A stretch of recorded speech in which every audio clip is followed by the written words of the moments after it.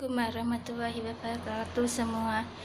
Perkenalkan, nama saya Nvita Amalia dari Tadirus IPS kelas IPS A semester 6. Nomor induk mahasiswa 18 109 110. Di sini saya akan mengerjakan tugas online yaitu praktek mikro Tiajeng yang diampu oleh Ibu Misroh Selaswari MPD. Saya akan membahas interaksi antar ruang negara-negara ASEAN. Sebelum memasuki materi, kita akan membaca basmalah bersama-sama. Bismillahirrahmanirrahim. Gimana kabarnya semua? Semoga baik-baik saja dan sehat selalu. Siapa yang tidak masuk hari ini? Maratus, Bu. Kenapa Maratus? Sakit, Bu. Semoga Maratus cepat sembuh dan bisa mengikuti pembelajaran dengan baik.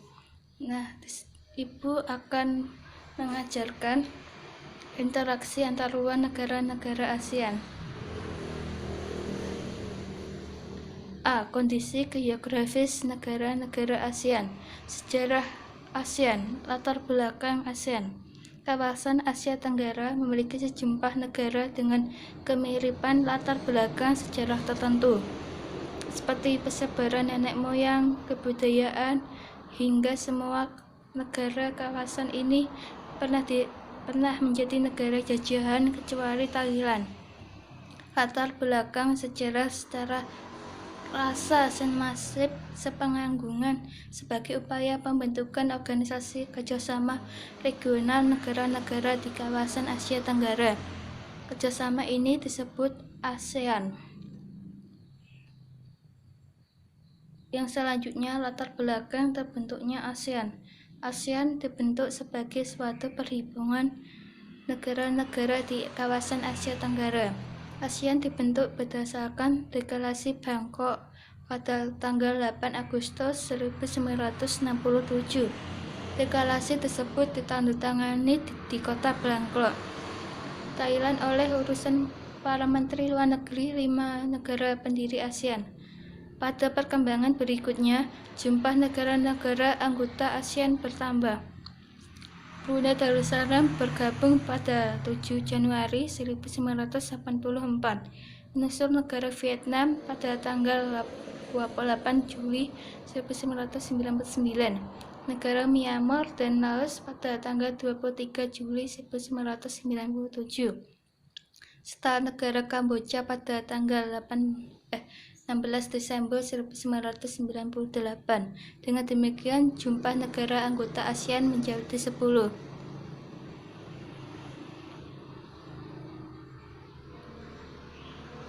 Yang B. Tujuan ASEAN. Tujuan ASEAN terdapat pada ASEAN atau Piagam ASEAN yang disetujui pada tahun 2007. Tujuan ASEAN adalah 1. Memelihara dan meningkatkan perdamaian, keamanan, dan stabilitas, serta lebih memperkuat nilai-nilai berorientasi pada perdamaian Indonesia.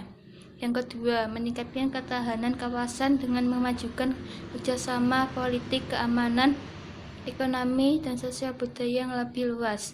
Yang ketiga, mempertahankan Asia Tenggara sebagai kawasan bebas senjata nuklir dan bebas dari semua jenis senjata pemusnah massal lainnya. Yang keempat, menjamin bahwa rakyat dan negara-negara anggota ASEAN hidup damai negara dengan dunia secara keseluruhan di lingkungan yang adil, demokratis, dan harmonis.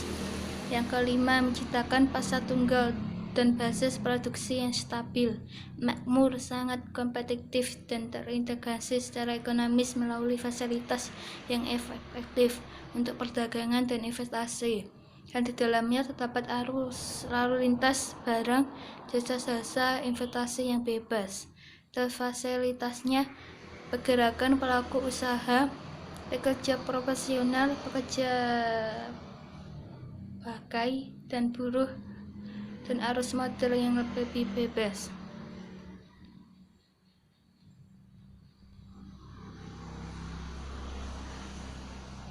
Siapa yang belum paham? Tidak ada, Bu. Ya sudah, saya lanjutkan. Yang C, struktur organisasi ASEAN. Struktur organisasi ASEAN sebagai berikut. Konferensi Tingkat Tinggi ASEAN atau KTT sebagai pengambil keputusan utama yang melakukan pertemuan 2 kali setahun, termasuk pertemuan KTT ASEAN terkait lainnya. Yang kedua, Dewan Koordinasi ASEAN yang berisi para menteri luar negeri ASEAN dengan tugas mengkoordinasi Dewan Masyarakat ASEAN. Yang ketiga, Dewan Masyarakat ASEAN dengan 3 pilar komunitas ASEAN, yakni Dewan Masyarakat Politik Amanan ASEAN, Dewan Masyarakat Ekonomi ASEAN, dan Dewan Masyarakat Sosial Budaya ASEAN. Yang keempat, Badan Sektoral tingkat menteri. Yang kelima, Komite Wakil tetap untuk ASEAN terdiri dari wakil tetap negara ASEAN pada tingkat duta besar dan kedudukan di Jakarta. Yang D, Sekretariat Jenderal ASEAN. Sekretariat Jenderal ASEAN berkedudukan di Jalan Sisingamaraga, Kebayoran Baru, Jakarta Selatan, dan digunakan sejak tanggal 2 Januari 1993. Semula bernama Sekretariat ASEAN. Tugas Sekretariat Jenderal ASEAN antara lain sebagai berikut. 1. Melaksanakan pekerjaan sehari-hari dipertanggungjawabkan kepada sidang para menteri luar negeri ASEAN. Yang kedua, membantu kelancaran dan perkembangan kegiatan ASEAN. Yang ketiga, meningkatkan pelaksanaan semua proyek dan kegiatan ASEAN. Yang keempat, berperan sebagai media komunikasi antara ASEAN terhadap semua organisasi nasional, regional, internasional, dan lembaga-lembaga lainnya.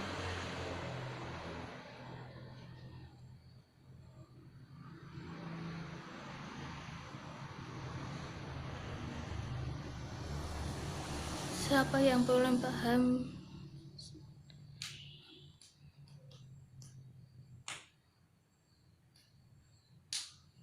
Tidak ada, Bu. Ya sudah, tidak ada. Yang nomor 2, letak ASEAN. Negara-negara bergabung dalam ASEAN terletak di wilayah benua Asia, tepatnya di 26 derajat lintang utara sampai dengan 11 derajat lintang selatan dan 93 derajat bujur timur sampai dengan 141 derajat bujur timur, dengan luas sekitar 4.494.810 km. Secara geografis, batas wilayah ASEAN adalah negara Tiongkok di bagian utara, India dan Bangladesh di bagian barat, Timor Leste dan Australia di bagian selatan, dan Papua Nugini di bagian timur. Di bagian utara ASEAN dipisahkan oleh bagian dari rangkaian pegunungan Himalaya di sebelah selatan dan batas gunung api. Busur gunung api merupakan penangkatan lempeng Pasifik dan lempeng Hindia. Wilayah alam negara-negara ASEAN dapat dibagi menjadi subwilayah daratan utama, benua Asia, dan wilayah kepulauan peralihan. Selanjutnya, letak negara ASEAN. Negara-negara termasuk subwilayah benua meliputi benua Thailand, Myanmar, Laos, Kamboja, dan Vietnam.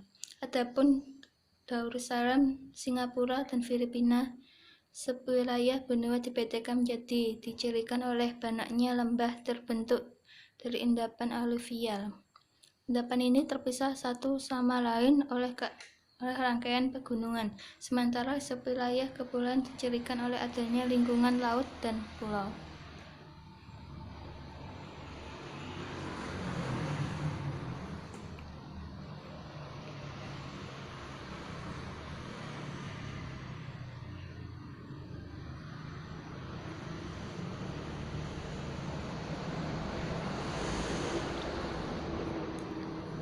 Negara-negara ASEAN mencakup 10 negara berada di kawasan Asia Tenggara.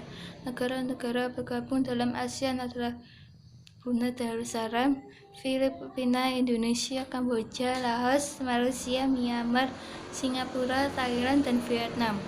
Berikut kondisi geografis ke-10 negara tersebut. Yang pertama, Brunei Darussalam. Brunei Darussalam merupakan negara berbentuk kesultanan terletak di Pulau Kalimantan di bagian utara. Kepala negara dan kepala pemerintah dipegang oleh Sultan.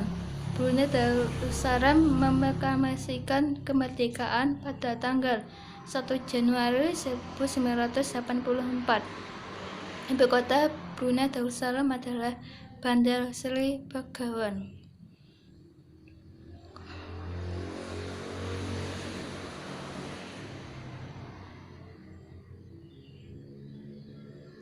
Brunei Darussalam letak dan luas. Letak astronomis Brunei adalah pada derajat lintang utara dan 114 lintang letak astronomis Brunei adalah 4 derajat lintang utara dan 114 derajat bujur timur sampai dengan 115 derajat bujur timur, dengan luas wilayah 5.770,5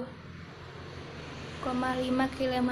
Brunei Darussalam dibatasi oleh Laut Tiongkok di sebelah utara, sedangkan seluruh daratannya dikelilingi oleh wilayah Semarak, Malaysia Timur.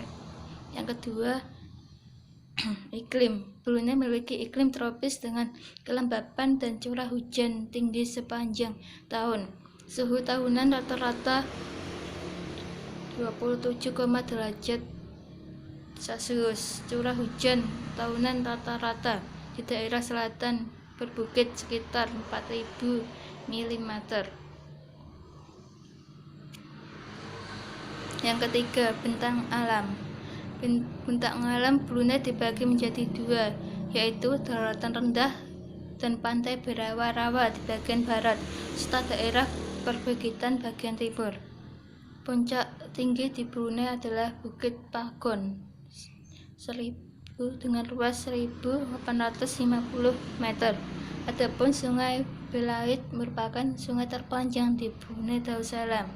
Yang keempat, flora dan fauna. Sama seperti di wilayah Kalimantan lainnya, Brunei memiliki vegetasi dan hewan khas hutan hujan tropis. Flora Brunei mencakup melati merah, melati kuning.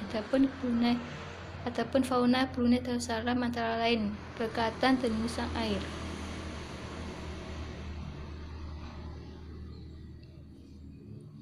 Ini negara peta Brunei Darussalam.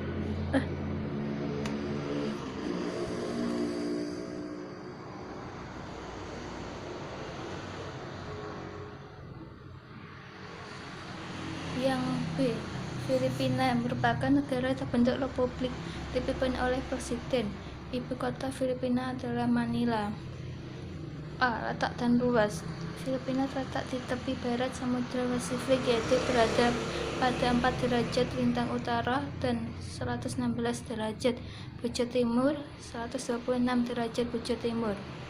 Luas wilayah 299.999,7 km.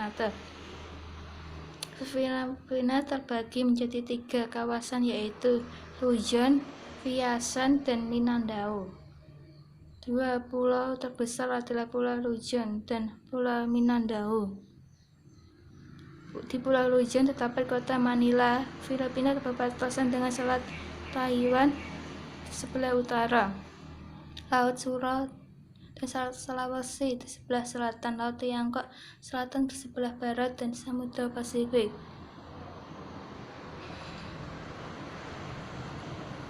Nah, ini mau habis, kita